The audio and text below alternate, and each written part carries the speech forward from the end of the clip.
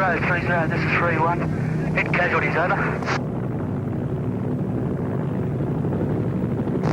3 casualties. Dust off, over. No, 30, can you get the gas up here? Get them up here and we've got dust off arranged. We'll fix that.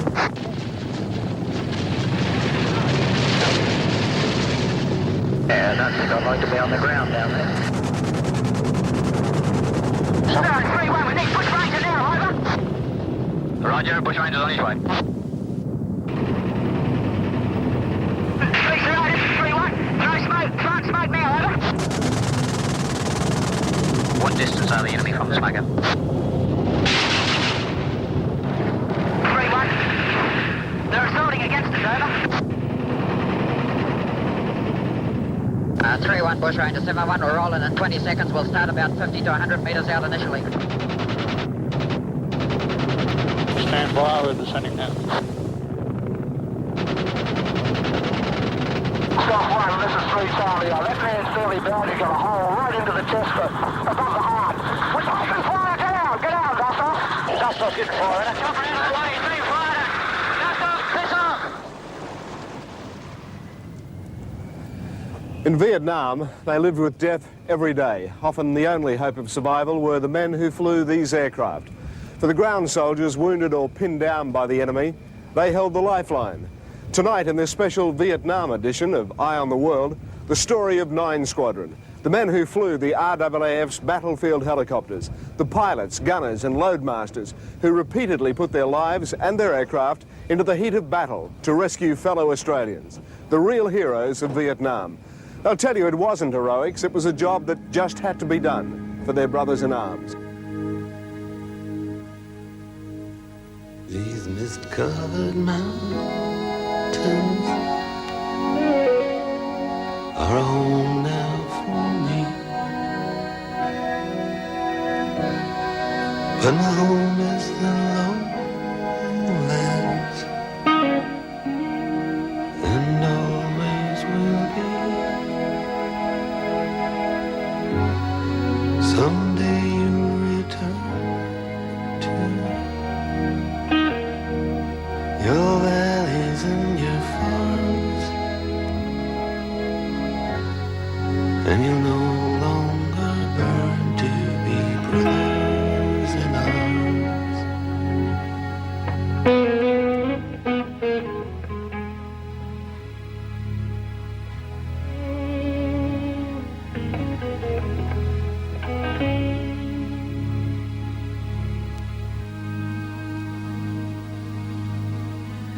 through these fields of destruction, baptisms of fire, I've witnessed your suffering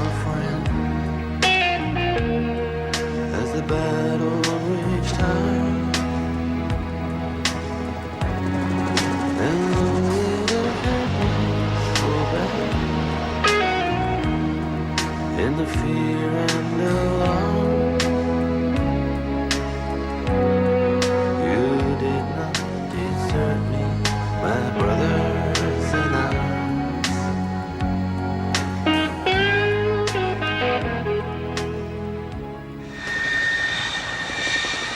Well, my father had been in the Air Force during World War II, as had my uncle, and listening to their conversations and stories, I grew up wanting to be an Air Force pilot.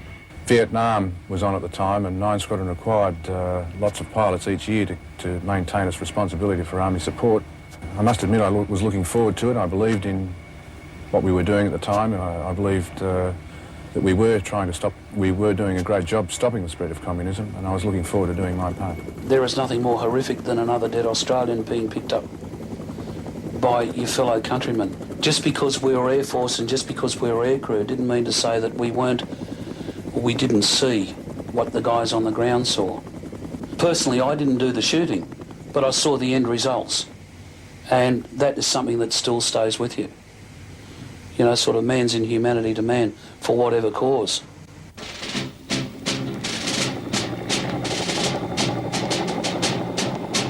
Fighting soldiers from the sky, Fearless men who jump and dive, men who mean just what they say, the brave men of the Green Beret. 1966, and Harold Holt is going all the way with LBJ, and Australia is going all the way with the United States to Vietnam. But even then, not everyone was impressed with the way the Americans were doing things in Vietnam. What we did was almost everything exactly opposite the Americans. As the squadron's first commanding officer, Ray Scott took the Iroquois to Vietnam. But it wasn't his first trip. He'd been there secretly 2 years before to work with the Americans and see what might be required if we became involved. I think what we found there was the way how not to operate helicopters. Our operations obviously would be very small scale. The Americans were quite large scale.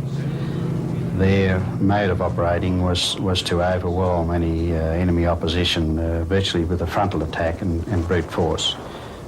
We realised that we couldn't possibly operate in that manner, that the casualties and the loss of aircraft and so forth would be just too great and we'd be out of business very rapidly. Silver wings upon their chests, these are men, America's best.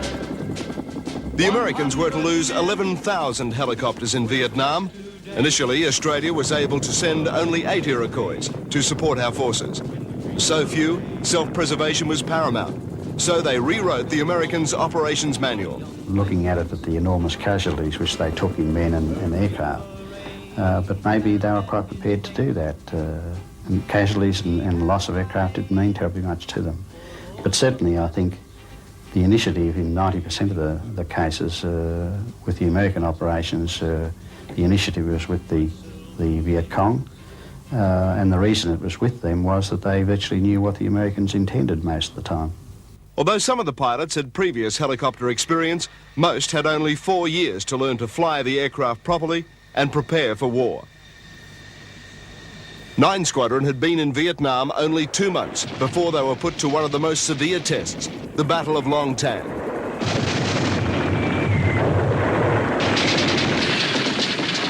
For Australian troops, it was one of the biggest and most dramatic battles in the whole of the Vietnam War.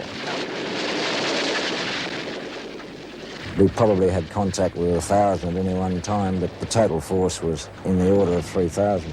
Harry Smith led his troops into the rubber plantations a few kilometres from Vung Tau, where Little Patty and Cole Joy were entertaining the troops.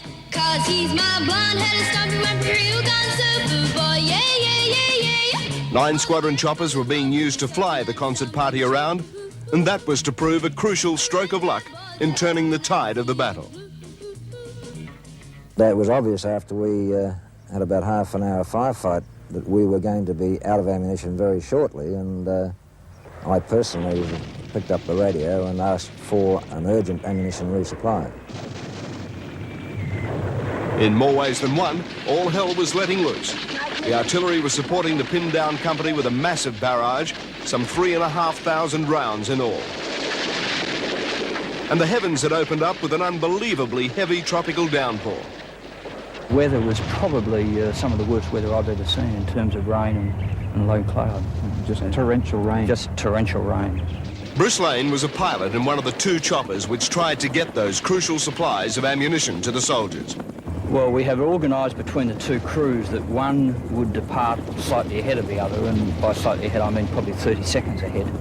It would make contact with the company on the ground, would verify the position of the company, and then the second aircraft, which I was in, had the majority of the ammunition on board, and they would guide us in to the particular place where they wanted it dropped. Because although we had a good reference, of course, obviously we were aiming to literally drop it at their feet if we possibly could.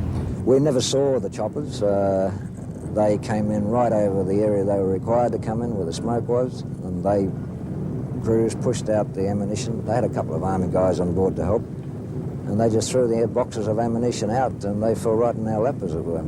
Certainly I didn't see from where I was sitting what it fell on or anything else, but I gather we were pretty precisely where it was required.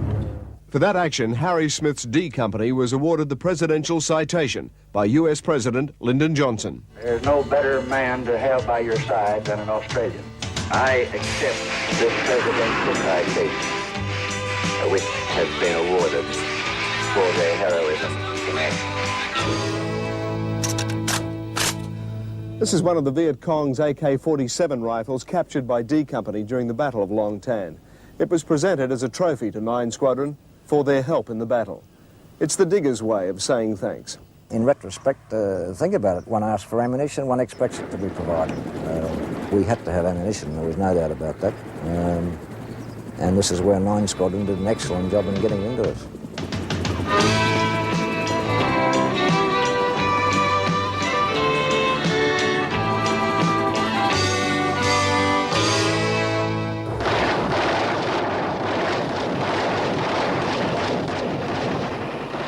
Survival. Ultimately, that was the name of the game in Vietnam. For soldiers wounded or trapped by enemy fire, often the only way out was up. The Allies virtually had the freedom of the skies, there was no opposition in the air, surface-to-air missiles weren't used till near the end of the war. Vietnam became known as the helicopter war. The sound of rotor blades constantly filled the skies. But that advantage was lost once the choppers came below 1,500 feet, within small arms range. On the deck, pulling troops out, often under intense enemy fire in the middle of a raging battle, life became very precarious for the chopper crews. Remember Greg Forbes, a family history in the Air Force, young and eager to fly in Vietnam? A week after arriving, he wanted out. The chopper on which he was co-pilot was shot down while delivering a cargo of ammunition to soldiers in battle. It crashed about 50 meters, killing the pilot and gunner. I remember as we were going towards the trees, just relaxing. I don't know why that was, but I guess I thought if it's going to happen, it's going to happen, and there's nothing I could do about it.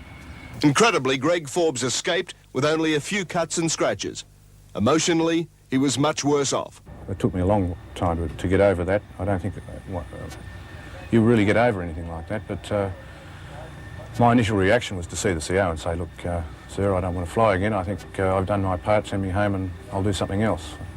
He counselled me and told me that after give it a few weeks, a few days, and I'd settle down and perhaps I'd give flying with 9 Squadron in Vietnam another go. Well, I was back in the air within 8 days, on the 8th day, and I must admit with an extreme amount of trepidation. I didn't want to fly. I guess it took me another 2 weeks after that to start feeling confident of not only myself but the airplane. And after a month or so, I think I was back to square one. Good shot. After the first couple of weeks, I don't remember thinking about that accident again. The only times I think it ever passed my mind were as I was going to sleep at night. But when I was flying, I just put it completely out of my mind. During the 5.5 years they were in Vietnam, 9 Squadron lost 5 men killed and 19 injured. That was about half the casualties suffered by all the elements of the Air Force. Clearly, it was one of the most dangerous units to be in. Quite often, the Army guys would talk to you and say, you know, oh, it's all right for you blokes, you go home every night and all that, but we're on the ground, we get shot at. And the reply I used to constantly say to these guys, well, at least you've got a tree to hide behind, which is more than what we've got. We've just got to sit there and take it if it's absolutely necessary. Tony Huntley found himself in a situation like that at a place called Hut Sik. 2 platoons, one from 5 Battalion, the other from Pioneers, had taken on a lot more than they could handle. Well, they had about 350 and we had 52. The fire that opened up on us was astronomical. And we could do nothing other than return the fire and gather our wounded in and basically form a defensive perimeter and call for help. That call was answered rapidly with the heavy firepower of fighter bombers and gunship helicopters. That whole situation, it was just chaos, ruled supreme. We had gunships there and just everybody appeared. I think the American Cobra gunships turned up, the new equipment training team. And it was like they'd smelled blood and they wanted a piece of the action as well. And the radios were just totally chaotic. The patrol had been badly mauled by the well-entrenched Viet Cong battalion. Within an hour, of the 52 soldiers, 37 were wounded and 1 was dead. The captain who was commanding the group was one of the first wounded, along with quite a few soldiers from the initial assault wave. And that's when we really knew we were in trouble.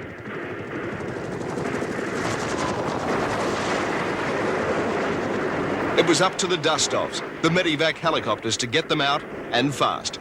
We found ourselves right on the tree line,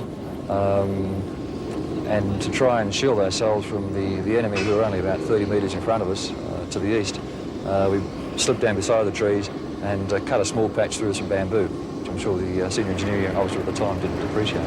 2 lightly wounded soldiers were winched into the chopper and used their own rifles to add to the suppression fire on the enemy below. They were safely on board, but far from safe. The troubles really began when the Viet Cong began firing rocket-propelled grenades at the chopper. The first one landed about 10 to 15 metres away on the ground and left in front of us, so it didn't worry us. It was rather contained as far as the explosion went. The second one was closer, and that did cause us some concern.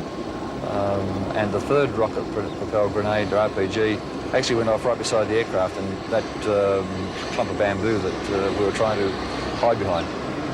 It caused some damage to the aircraft, in fact, damaged the left side of the aircraft, peppering and breaking the windows, and making it very uncomfortable for the co-pilot sitting on the Jim's Trapper sitting on the left-hand side. The adrenaline just runs. You've got a job to do, you're trained to do the job, and by and large you're trained to operate in an emergency as if it's an ordinary everyday happening. Because I got this guy up to the skids and I literally lifted him physically and put him in the aircraft. In fact, I put him in the wrong way, because normally you bring them in head first. I brought this guy in feet first, and we had a couple of thumps after that. And this guy actually got shot twice inside the aircraft, apart from the injuries that he'd already sustained on the ground. And he grabbed me and he said, "The bastards, they've got the hide to shoot me inside your bloody aeroplane." And then he passed out. There were still many more wounded on the ground, but John James, who by then had taken over command of the patrol, ordered the chopper out for everyone's safety. I was immediately concerned that in the middle of all my troubles, trying to defeat this enemy that were trying to do terrible things to us, we were going to finish up with a flaming helicopter in our position. So I was telling him that he should really leave, but I wasn't putting it quite so politely.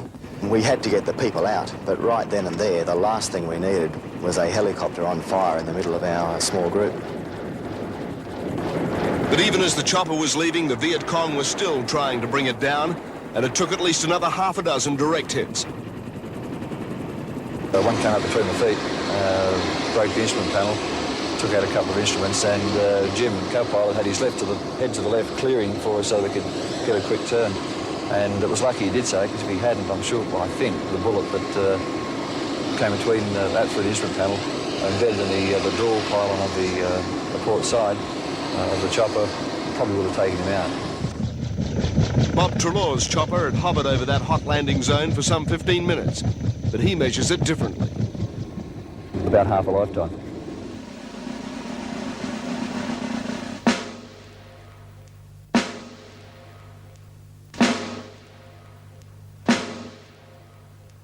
There's so much that servicemen try to put out of their minds, but at the Australian War Memorial, the memories live on. And among the halls of valour, the medals, the memorabilia, lies a curious memento, a boot, an airman's boot. And with it goes the legend of Jim Cox. As a squadron leader with 9 Squadron in Vietnam, he had what you could literally describe as an incredible close shave. Because the first thing I knew was that, apart from the noise, was my left boot got thrown off the rudder pedal, and on our way back I found that I had a bullet hole up through the flying suit, through my boot, through my sock. I was quite convinced that I was mortally wounded, badly if not mortally. The bullet had just scraped up my leg, at least 4 inches up my shin bone, and barely burnt the skin. Just a little bit of blood, but not much. Probably just gone through the first layer of skin, I suspect. And And that was all. Even his mates in the squadron reckon Jim Cox was fairly laid back. He'll tell you, almost as an afterthought, that another bullet severed the communications lead on his helmet, and others shattered his instrument panel. These days, Jim Cox's old flying boot is treated with the reverence of a relic. You have to get special permission to have it removed from its glass case. And then it can be handled only by a curator, wearing white cotton gloves. In a memorial devoted to those who gave their lives for others, you could take this as a tribute to those who offered their lives and survived.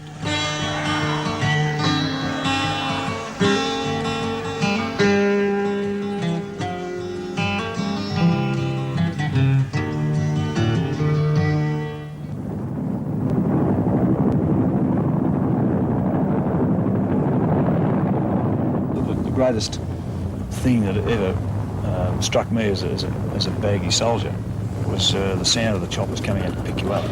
We had some of the most well-tuned ears in the province. Yeah, I could hear them cranking up 32,000 metres away. I could hear, yeah. Mick Malone and Graham Brammer speak for the elite among soldiers in Vietnam, the Special Operations Commando Group, the SAS. The affiliation between the 9 Squadron and the SAS squadrons in Vietnam was a unique one, you know, insofar as it provided an inter-service relationship that I don't believe that had been experienced any time before and probably won't be again. It was the nature of the job that brought the two units so close together. The role of the SAS in Vietnam was primarily deep penetration reconnaissance. Groups of 4 or 5 had to operate behind or within enemy lines, gathering information. Getting them in and, more importantly, getting them out of those often tricky situations was the job of 9 Squadron. We talked to them extensively about their modus operandi. And as things went on further along Vietnam, of course, we developed more and more procedures. You know, we had special procedures that we used to follow that I think worked well. They were good tactics, very sound tactics we had. We'd generally work in, I'd say, exceptionally close. I think we had a tremendous relationship. Nothing was ever too hard for them. Even when the pad was hot and there were enemy on the pad, they'd come in with gunships first and straight in and pick you up. And none of this hold-off business. We had a lot of instances there where American light fire teams came in with a cursory burst over the top and then headed off, and that was it. That's all we got from them. But never our gunnies and never our slicks. They always stuck to the job till the boys got pulled out. We never lost any men at all because they were left there by anybody. Because of the clandestine nature of their work, the SAS has always been a shadowy unit. What they did in Vietnam and how they did it remains classified to this day.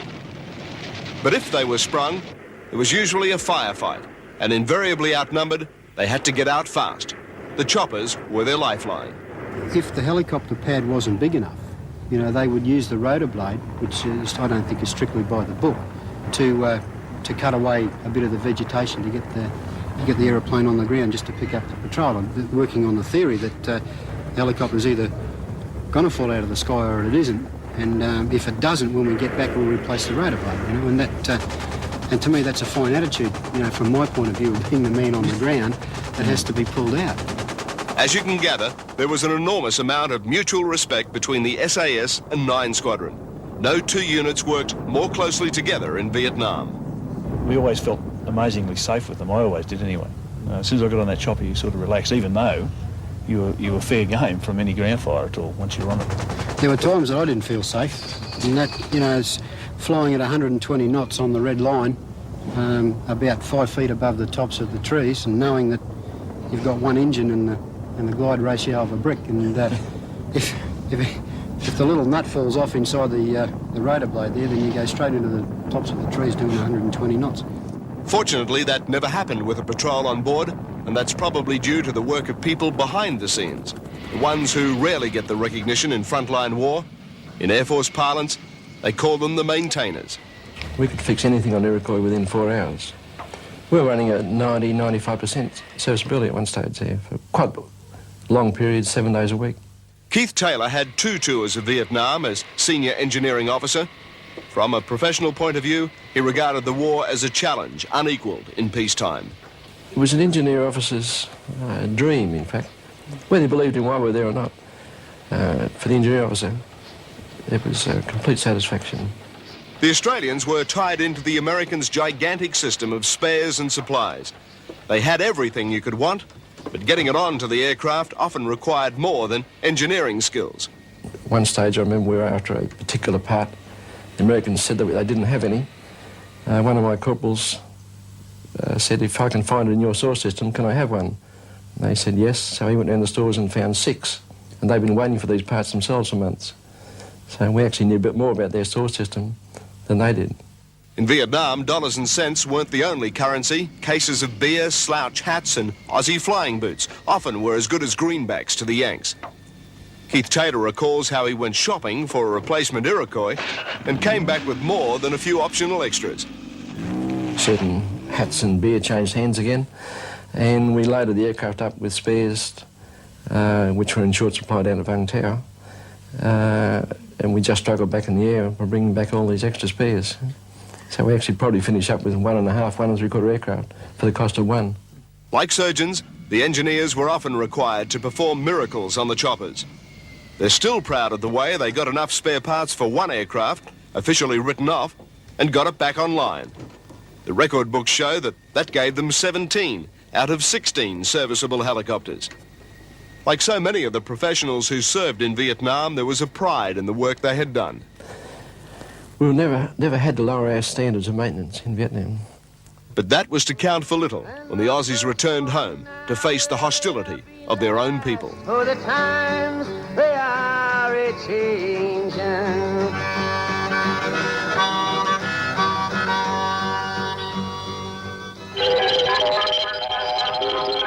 Macquarie National News. Australian troops are to be withdrawn from Vietnam. The Prime Minister, Mr McMahon, told Parliament last night most of our forces would be home for Christmas. He said the aggression by North Vietnam had been slowed and security throughout the country had improved remarkably. We were involved in this politically, and I don't care what Menzies said that we were there at the request of the Vietnamese government. I'm convinced that we were there politically, and there's a lot of politicians who've got a hell of a lot to answer for. The futility of the whole scene was a bit overpowering. I think it was overpowering for so many of us, and I think those last few months were a very, very long time. For the soldiers and the airmen, it was a time to come home. For the professionals, it was with mixed feelings. There's no doubt that the people who went through with the tour flying helicopters in Vietnam were immeasurably better pilots, more professional pilots when they finished than they were when they started. I think it made me mature and more mature very quickly, a whole lot more quickly than I would have matured had I not gone there. In those early days, immediately after the war, there was confusion. They felt they'd done a good job, all that had been asked of them and more. But coming home was, for many, a painful experience. 4AR invited and we accepted a march past through Townsville, to the streets of Townsville, and we were quite proud to do so. I must admit the people of Townsville accepted us extremely well. However, there weren't 1 or 2 hecklers or peaceniks or whatever you like to call them who called us warmongers, gave us a hard time, threw abuse at us, and it spoiled the occasion. It spoiled what would have been a prouder occasion. And we were all disappointed that Australians could react that way. We thought we'd fought for our country and that we should have at least be given the respect that we thought that deserved. I was walking down Garema Place in Canberra one afternoon. I was in uniform, and it was a uniform I'm proud to wear. And I was spat on by some long-haired, bearded yob and called a baby killer. And there was absolutely nothing I could do about it. If I had hit him, I would have ended up in the court for assault. And the mood of the people and the mood at the time, no self-respecting magistrate would have let me off. So I just kept it to myself and carried it. And it was something it's an event in my life I'll never forget. And it hurt. But for many members of 9 Squadron, the snub that hurt most came from the Australian War Memorial. This aircraft had suffered engine failure in Vietnam and had been force-landed on a beach where salt water got to it before the recovery helicopter. It was brought back to Australia, where it was to be used as a training aid for the Canberra-based 5 Squadron, But the Vietnam vets wanted the War Memorial to have it. It was offered to the War Memorial as a museum item, and I do recall now also that the maintainers at 5 Squadron at the time had volunteered their efforts on after hours, etc., to restore the aircraft to its normal self. However, the War Memorial did not take up the offer that was so kindly made. The War Memorial later took delivery of this aircraft, one of the first to see service in Vietnam. They say they can find no official record of any other aircraft being offered to them. Nick Hobson is convinced that even the War Memorial was reacting to public ill feeling. As you recall, probably at the time, the serviceman's lot was not a good one in terms of there he was doing his job, what he was paid for, and doing it well, but getting next to no recognition from the public at large. And this was just, if you like, another slap in the face. 15 years on, and the stigma attached to Vietnam only now appears to be fading. The emotions that war generated are being replaced by the curiosity of the new generation. Children are interested. Other Air Force people, or the newer Air Force members, are interested. I think it'll take a while to get over the stigma of being involved in Vietnam to people of my own age bracket and ones just a bit older. I wonder if we'll ever fight again. I wonder if we'll ever fight again.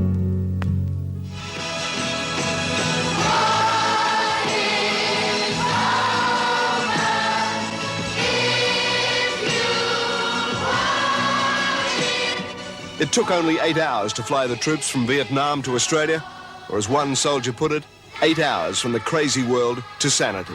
I found it boring. We were running around playing silly buggers with the grunts, and everybody had to wear seatbelts, and it was play acting, it was games, it wasn't the real thing. It was an anticlimax. I think you can understand life seemed to be missing something. The adrenaline wasn't there anymore. We flew around the training areas, maybe 1 or 2 trips a day, and sat around for the rest of the day wondering what was wrong. But there was life after Vietnam. For 5.5 years, the Iroquois had been used to give Australian troops a fighting chance. Now they'd be called on to do the same for civilians. She's about to be hoisted up to the Iroquois helicopters are being used to transport. The Iroquois helicopters went to the crew's aid. Spotted by an RAAF helicopter soon after Doctor and crewmen were lowered. When we came back from there, we had this U-boot, this helicopter, which is a real U-boot machine, which was proven to be very, very effective in war and equally effective in peacetime. The wet season. Every year it brings floods to Queensland. In 1964, the newly formed squadron of Iroquois were called out of training for their first real test, devastating floods around the Ada Vale Quilpie area in the far west. Keith Taylor recalls it wasn't quite what they expected. Then I went down the winch wire and there were 11 drunks on the rooftop. They peeled back the roof and I went down the winch wire and said, look, I'm here to rescue. And they said, where are you going to take us? I said, across to the high ground there near the school. And they said, no, we're staying here. This is where the rum is. And it turned out later we did take them across. I picked them up one by one and we took them across to the high ground near the school where their wives and family were. They were taking turns to dive down and swim in through the window and bring out a bottle of rum each. For that operation, the people out west wanted medals awarded to the chopper crews. Keith Taylor recalls others tried to press more substantial rewards on them. One particular old lady, as I was telling you earlier, we took her back to Blackhall and gave her a cup of coffee to satisfy her, quieten her down later. And she pulled out a checkbook and said, how much do I owe you for rescuing me? We declined the offer, of course. For many years, the military had the only helicopters around. These days, everyone seems to have them. Television stations, the State Emergency Service, police forces, and surf lifesavers. I feel that's where it should be. The RAF should be left to concentrate on their primary roles. And this was really just something that we did for the community while they didn't have the resources themselves. Pete Spurgeon and Tommy Ward, both former commanding officers of 9 Squadron, now share the flying in the Gold Coast Surf Rescue Chopper. They've exchanged troops for doctors, nurses and surf lifesavers. The flying's just as demanding as it was in the Air Force, but in different senses. You know, I mean, they're doing different things with the aeroplane, but it can be just as demanding.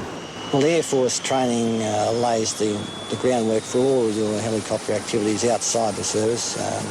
What we learned in the service was invaluable in terms of rescue training and in terms of responding in an emergency.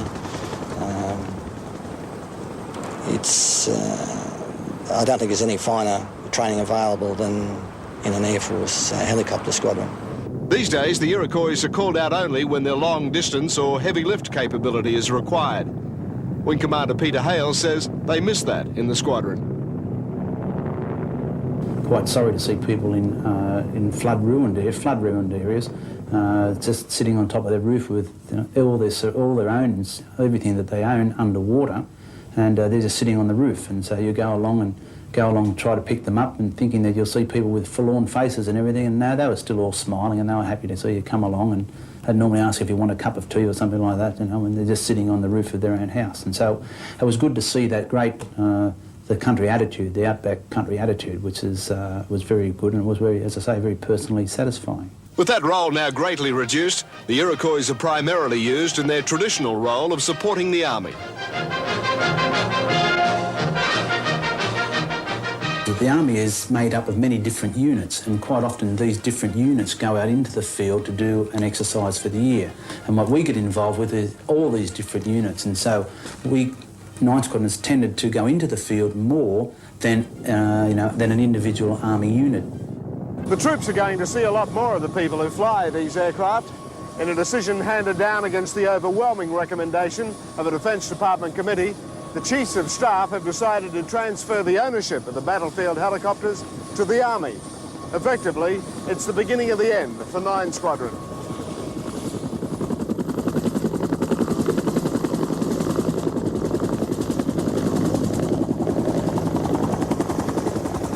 Later this year, the long-awaited new generation of helicopters, the Black Hawk, arrives to replace the faithful, long-serving, but now out-of-date Iroquois.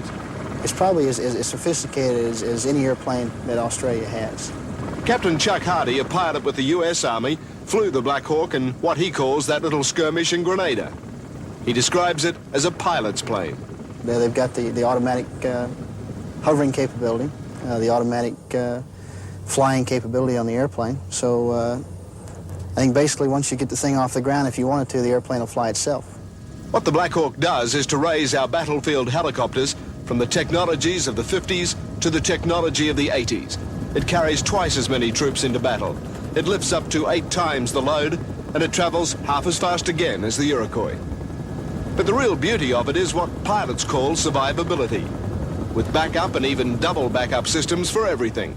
It takes a belt and braces approach to safety. Captain Chuck Hardy found that out in Grenada. We had some instances in the States where some airplanes took 30 or 40 hits in our little skirmish down in Grenada, and they flew away from it. They were repairable, and I suppose we had a couple of instances where the airplanes hit the ground. They estimate in excess of 30 to 40 Gs, which is that the airplane's weight times 30. So, and the people walked away from it. With just minor back pains and stuff, which I think is itself, speaks for the crash survivability of the airplane. 9 Squadron won't see these new aircraft. They'll be the first of the battlefield helicopters to go to the Army. I think it's a ridiculous move. You could accuse Ray Scott, the squadron's first commanding officer, of sentimentality, but he expresses the almost universal feeling within the Air Force. In the troop carrying role and so forth, all it is, in fact, is purely an extension of the role of the C-130 and the Caribou. It's just getting the man closer into the battle area, in fact, taking him right into the battle area. That, in fact, is an air matter, not a ground matter. And I believe, in fact, it's going to be a very costly exercise. Certainly, I believe the efficiency of the Defence Forces is going to go down because of this. And I have yet to hear of any good reason why it is being done. But the decision is made. and it means any pilots who want to fly the new generation of choppers will have to become soldiers. At 9 Squadron, the final chapter in its history has already begun. Most of its helicopters have been transferred to 35 Squadron at Townsville. The rest will go during the year. But whether the squadron will be disbanded is a decision yet to be made by a committee in Canberra. That's where it all began. That's where it will end. Now the sun's gone to hell. The moon's riding high. Let me bid you farewell. Every man has to die, but it's written in the stars, in every line in your palm. We're fools to make war on our brothers in arms.